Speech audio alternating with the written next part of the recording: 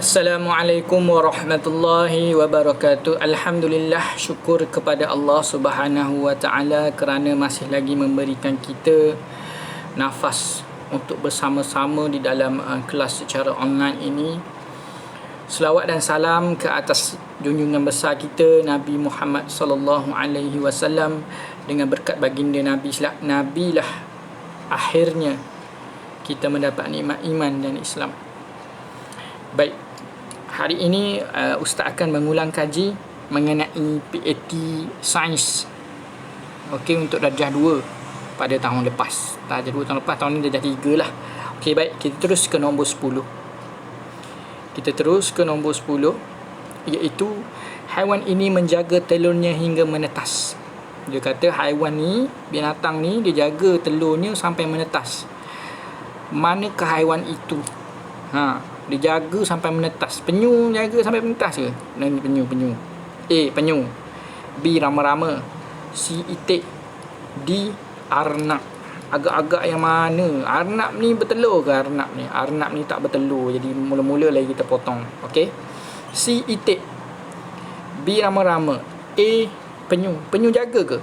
Penyu tak jaga sampai menetas. Penyu bertelur, lepas tu dia lagi masuk laut. Rama-rama ada jaga ke? Tak jaga, dia tinggal je. Tapi itik jaga tak? Itik dia jaga, dia eram lagi. Orang panggil mengeram. Jadi jawapan dia adalah C. Baik, seterusnya. Nombor 11. Gambar di bawah menunjukkan sebuah lubang pada batang pokok. Apakah kepentingan tumbuhan yang ditunjukkan di atas? Apa pentingnya tumbuhan ni? Okey, dia tunjuk pokok. Okey, ni pokok lah ni. Ni pokok ni ada daun, ada dahan, ada semua. Lepas tu ni ada tupai kan. Apakah kepentingan tumbuhan yang ditunjukkan? Tupai pun buat sarang dia dekat dalam ni kan. Apa kepentingan dia? Sumber makanan ke? Tak. Kenapa pula sumber makanan? Tak ada kaitan dengan gambar, tak ada makan pun. Okey, tempat tinggal. Ya, ialah tempat tinggal. Tempat tinggal tupai dan tempat tinggal burung. Jadi tempat tinggal. Dan jawapan dia adalah tempat tinggal. Sumber oksigen tak ada. Tak perlu ada atas pokok pun dah dapat oksigen dah. Sumber tenaga tak ada. Sumber tenaga ni maksudnya makan lah. Jadi tak tepat juga. Okay, jadi jawapan dia adalah B. Okey. Pandai, bagus. Seterusnya, kita ke nombor 12. Biji benih memerlukan semua yang berikut untuk bercambah kecuali. Okey, biji benih dia perlukan semua yang berikut untuk bercambah kecuali. Mana yang berikutnya? Tak ada pun. Okey, kita tengok jawapan dia kat situ. Okey, Ustaz minta maaf. Okey, biji benih memerlukan semua yang berikut untuk bercambah kecuali dia perlukan apa? Nak bercambah dia kena ada apa? Air. Ya, betul.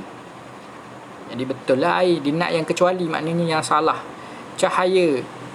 Betul ke cahaya? Udara. Betul. Kita tengok dulu. Rasa tak kita right. Tanah.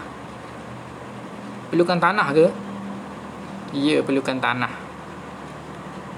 B, cahaya. Masa ni dia tak perlu lagi. Sebab cahaya bila dah jadi daun baru boleh dia akan guna cahaya.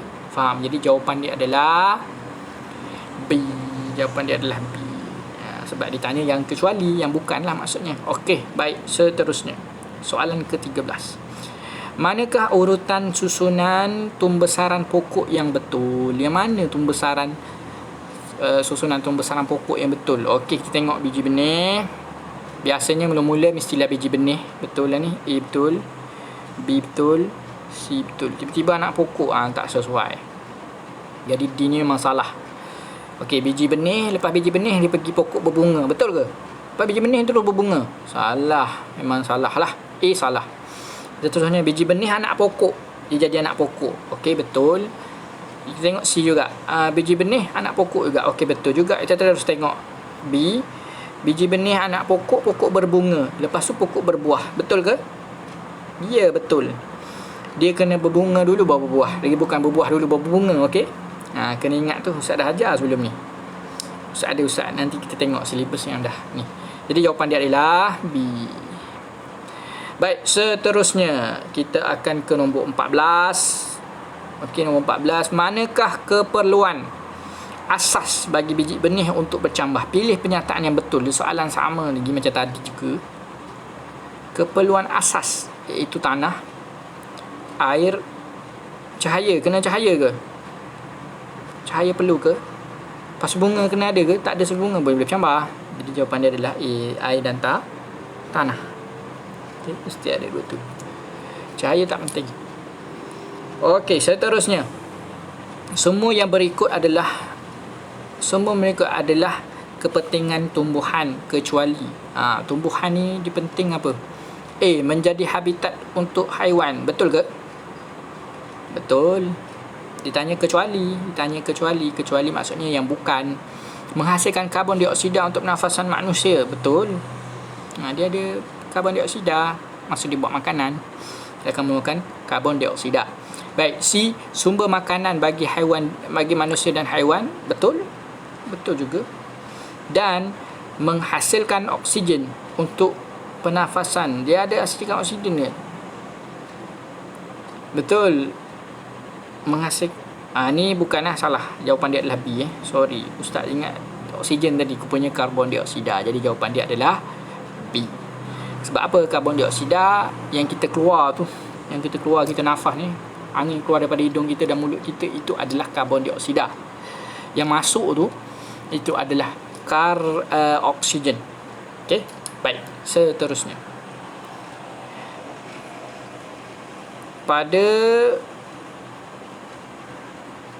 Pada suatu malam, bekalan elektrik di kawasan rumah Amin terputus.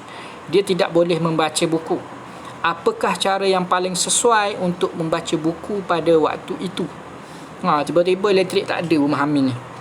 Jadi dia kata dia tak boleh nak baca buku. Macam mana nak buat? Guna unggun api, betul ke? A, guna unggun api. Unggun api dah buat apa? Dibakar besar-besar. Salah. Okey, guna lampu suluh. Betul. Boleh guna lampu suluh. Guna pemetik api, boleh ke? Kan terbakar rumah hari. Jangan. Guna cahaya bulan, boleh guna cahaya bulan. Kita pergi, nampak tak? Tak nampak pun. Jadi jawapan dia adalah B, lampu suluh. Okey, baik. Seterusnya nombor 17. Manakah sumber cahaya yang wujud pada waktu malam? Pilih jawapan yang betul. Okey, 1 bulan kecil je jawapan dia ni. 1 bulan, 2 unggun api, 3 matahari, 4 udara. Yang mana jawapan dia?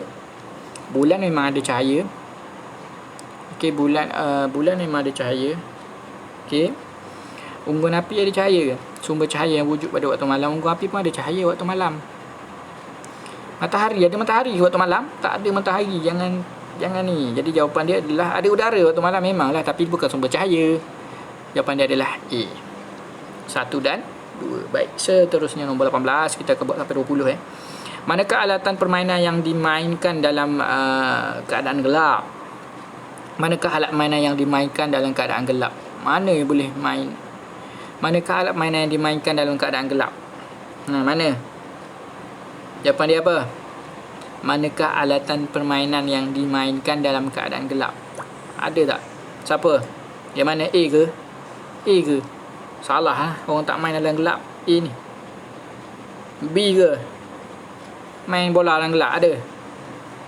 Tak ada. D ke? Main bawa kereta? Tak ada. Ni C, macam mercun. Ni mercun ni, tak silap Ustaz ni mercun ni. Jadi main dalam gelap memang kita main dalam gelap, nak bagi nampak, betul tak?